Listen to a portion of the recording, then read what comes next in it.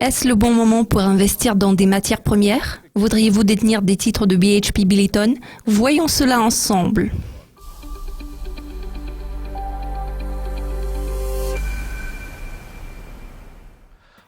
Je suis sûr que beaucoup d'entre vous connaissent le nom de BHP Billiton. C'est un géant mondial des matières premières basé en Australie qui détient des intérêts dans diverses parties du globe. Cela correspond-il aux intérêts des actionnaires? Non, pas du tout. C'était une épreuve pour les investisseurs. Pourquoi alors? Analysons les marchés cibles de la société. Le graphique nous montre l'évolution du cours des actions de BHP Billiton.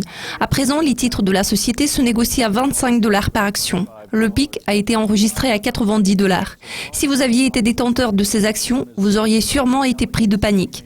Ceux qui avaient acheté les actions de BHP à l'époque ont déjà regretté de l'avoir fait. Mais pourquoi BHP Billiton est-il en train de perdre de l'argent? En fait, ils sont tout simplement une société de négoce de matières premières. En outre, BHP n'est pas une société ordinaire. Elle vend beaucoup de matières premières, notamment de minerais de fer, de pétrole, de cuivre et d'autres minerais sur le marché chinois. Donc la Chine est leur partenaire commercial clé et nous ne sommes pas sans ignorer que la demande chinoise a fortement reculé. Leur flux de trésorerie subit un fort déclin. Ainsi, ils ont accumulé une dette considérable et ce n'est pas du tout ce qu'ils ont voulu. En fait, ils achètent des matières premières afin de les revendre après. Les mauvaises nouvelles telles que les problèmes en Chine, la tendance baissière des matières premières, les développements en Australasie et le déclin du pétrole ont obstrué les perspectives de BHP. De toute évidence, le marché des matières premières croule sous le poids de ces mauvaises nouvelles.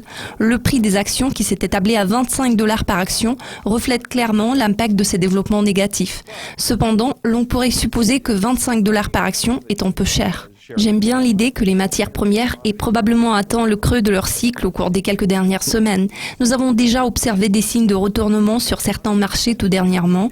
S'agissant des actions de BHP, il est fort probable qu'elles ne vont pas s'arrêter à 25 $ car elles pourraient reculer davantage. Le prix reste quand même trop élevé. Si nous analysons le rendement des dividendes, nous allons remarquer qu'il demeure assez important. Pourtant, la société est en train d'emprunter de l'argent afin d'être en mesure de payer les dividendes. Pourquoi le font-ils? Tout simplement parce qu'ils ne veulent pas que leurs actions reculent vers le niveau de 16 $.